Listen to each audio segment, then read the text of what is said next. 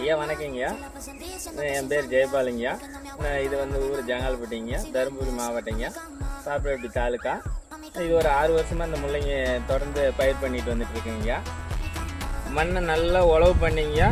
நல்லா இது மண் நைஸான விட்டு எருவு போட்டு எருவு இறச்சி விட்டு மறுபடியும் நல்லா மண்ணை ஆற விட்டு அதுக்கு மேலே மறுபடியும் உழவு பண்ணி அதுக்கு மேலே மறுபடியும் நடவு பண்ணி 3 நாளில் களைக்கொல்லி தெளிக்கணும். களைக்கொல்லி தெளித்த பிறகு 15 நாள் கழித்து மறுபடியும் ஒரு கலக்கத்தில் கொத்தி அதுக்கு மேலே கிழங்கு ஊறுறதுக்கு களை எடுத்து 15 நாள் கழித்து கிழங்கு நல்லா ஊறி சைனிங் வர்றதுக்கும் கிழங்குல வெடிப்பு வரி வராமல் இருக்கிறதுக்கும் போரானும் சிஎன்னும் கலந்து விட்டோம். கிழங்கு வெடிப்பு வராது, சைனிங் நல்லா வரும். சொட்டு நீர் இருந்தால் சொட்டு நீரில் கலந்து விடலாம். இல்லை அப்படியே மொடப்பாக்க தண்ணியை உரத்தை இறச்சி விட்டு தண்ணி பாய்ச்சி விட்டால் அது வேணுங்கிற சத்து பயிர் எடுத்துக்கும். நன்றிங்கய்யா.